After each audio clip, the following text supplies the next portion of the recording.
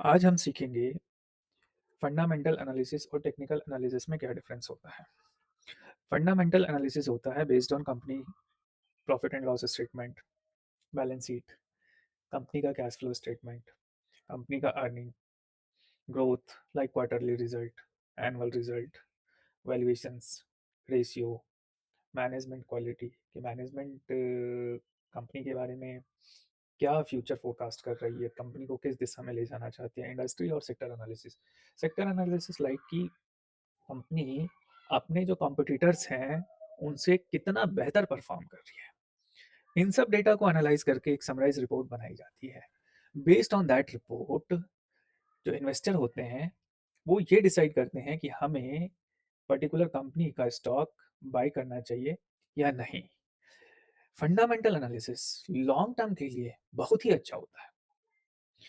Similar pattern पे technical analysis, technical analysis में क्या है, price action, charts, trend analysis, support and resistance, indicators, chart patterns, volume analysis, time frame analysis कि किस time frame पे stock क्या perform कर रहा है, रिस्क रिस्क मैनेजमेंट एक्सेट्रा।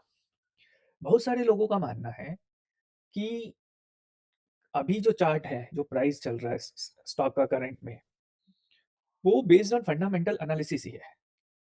तो कई ऐसे इन्वेस्टर्स हैं या एनालिस्ट हैं जो सिर्फ और सिर्फ टेक्निकल एनालिसिस को मानते हैं, क्योंकि उनका मानना ये होता है कि जो करंट में कंपनी का प्राइस है वो बेस्ड ऑफ उसके फंडामेंटल ही है। अगर उसके फाइनेंशियल स्ट्रांग है, क्वार्टरली रिजल्ट अच्छे हैं, कंपनी के पास ऑर्डर बुक अच्छा है, तो कंपनी का प्राइस ग्रो हो रहा है। हम लोग इस कोर्स में टेक्निकल एनालिसिस ही सीखने वाले हैं। टेक्निकल एनालिसिस भी एन नंबर का होता है। कई लोग कैंडलस्टिक चार्ट को प्रेफर करते हैं, कई बार चार्ट, बहुत सारी चीजें हैं, बट इसमें जो सबसे ज्यादा पॉपुलर टेक्निकल एनालिसिस है वो है कैंडलस्टिक चार्ट। हम इसी पे डिस्कस करेंगे। दोस्तों, बहुत सारे टेक्निकल एनालिस्ट का ये मानना होता है कि कंपनी जो करंट में अभी परफॉर्म कर रही है या जो कंपनी का करंट चार्ट है, करंट मार्केट प्राइस है, वो टोटली बेस्ड ऑन फंडामेंटल है कि कंपनी ने पास्ट में क्या परफॉर्म किया है, वो अपने कॉम्पिटिटर से कितना बेहतर कर पा रही है, फ्यूचर में भी उसके क्या नंबर्स रहने वाले हैं, किस तरह के वो प्रॉफिट देगी, इन सब चीज़ों को।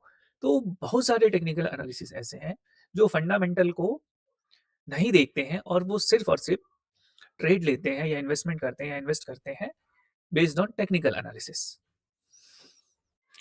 देखिए, हम फंडामेंटल एनालिसिस देखें, टेक्निकल एनालिसिस देखें या दोनों ही देखें, हमारा अल्टीमेट गोल है स्टॉक मार्केट से पैसा बनाना। तो हम क्यों ना किसी एक स्ट्रैटेजी पे फोकस करें और डे बाय डे उसी में एक्सपर्ट होते जाए, उसी में मास्टरी करें, उसी में बेस्ट हो जाए।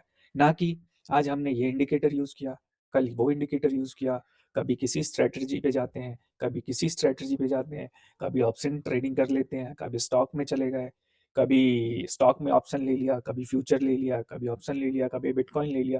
बेसिकली हमें पता ही नहीं है कि हमें क्या करना है।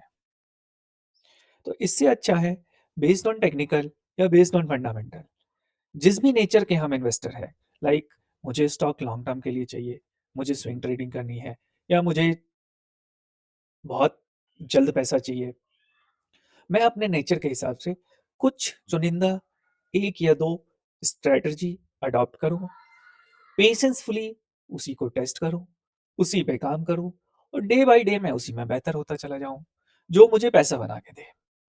अल्टीमेट हमें मार्केट से पैसा ही चाहिए, चाहे वो एक स्ट्रेटजी से ले या फिर हम डेली स्ट्रेटजी बदल के।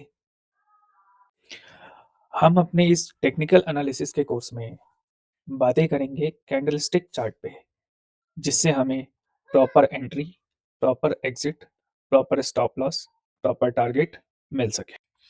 अब समझते हैं कैंडल्स की प्रॉपर्टी क्या होती है। जैसे कि आप स्क्रीन पे देख रहे हैं, एक ग्रीन कैंडल है, एक रेड कैंडल है। कुछ पार्ट्स हैवी हैं, कुछ lines upper and lower thins हैं, सेम ग्रीन में और रेड में। जो हैवी पार्ट है इसको कैंडल की बॉडी कही जाती है, जो थिन पार्ट है ये कैंडल की विक है। ये ऊपर भी हो सकती है, नीचे भी हो सकती है। हो सकता है कि बॉडी बिल्कुल बॉटम में हो, विक ऊपर हो, ऐसा भी हो सकता है कि विक बॉटम में हो, बॉडी ऊपर है। रेड और ग्रीन कैंडल क्या होती है? रेड कैंडल तब बनती है जब मार्केट या पर्टिकुलर स्टॉक जिसकी हम बात कर रहे हैं या जिसका हम चार्ट देख रहे हैं वो सेलर के गिरफ्त में हो, मतलब कि उसमें सेलर हावी हो। ग्रीन कैंडल तब बनता है जब स्टॉक बायर के गिरफ्त में हो, जब वहाँ पे बायर हावी हो, यानी कि बाइंग ज़्यादा आ रही हो तो प्राइस ऊपर जाएगा, सेलिंग ज़्यादा आएगी प्राइस नीचे जाएगा। अब ये बॉडी और बिग क्या होता है ये भी जरा हम समझते हैं। कभी भी आप देखेंगे, अभी हम ग्रीन कैंडल की बात करते हैं कि ये एक इसका हाई है, ये लो है। लाइक यहाँ से प्राइस स्टार्ट हुआ। फॉर एग्जांपल अगर नंबर्स में देखें तो जब मार्केट ओपन हुआ तो इस स्टॉक का प्राइस 100 रुपये था, मतलब ये 100 रुपये पे स्टार्ट हुआ। बायर्स हावी हुए, प्राइस लेके गए 110 तक। लोअर बीच में कभी सेलर्स हावी हुए होंगे, प्राइस नीचे आया 97 तक। लेकिन अल्टीमेट प्राइस क्लोज हुआ 106 पे। सेम रेड कैंडल में जब हम बात करेंगे ग्रीन कैंडल की तो प्राइस लोअर बॉडी से स्टार्ट होगी और क्लोजिंग अपर बॉडी पे होगी। जब बात करेंगे रेड कैंडल की, प्राइस अपर बॉडी से स्टार्ट होगी और लोअर बॉडी पे क्लोज होगी। जैसे कि देखिए यहाँ प्राइस 106 रुपये पे स्टार्ट हुई, मार्केट ओपन होती है, प्राइस था 106। कुछ बायर्स आए, प्राइस को लेके गए 110 तक ऊपर, बट बायर सस्टेन नहीं कर पाए, सेलिंग आई, मेजर फॉल आया, प्राइस आया नीचे 97 तक, बट अल्टीमेट जाके क्लोज हुआ 100 पे। तो ये बॉडी पार्ट हमें ये बताता है कि प्राइस कहाँ ओपन हुआ, कहाँ क्लोज हुआ। अपर विक बताता है प्राइस कहाँ तक आया गया, लोअर विक बताता है प्राइस कहाँ तक लो गया। रेड के केस में, ग्रीन कैंडल के केस में बॉडी पार्ट सेम हमें बताता है ओपन प्राइस कहाँ हुआ 100 पे, हाई गया 110 तक, क्लोज हुआ 106 पे और लो 97। Thanks for watching.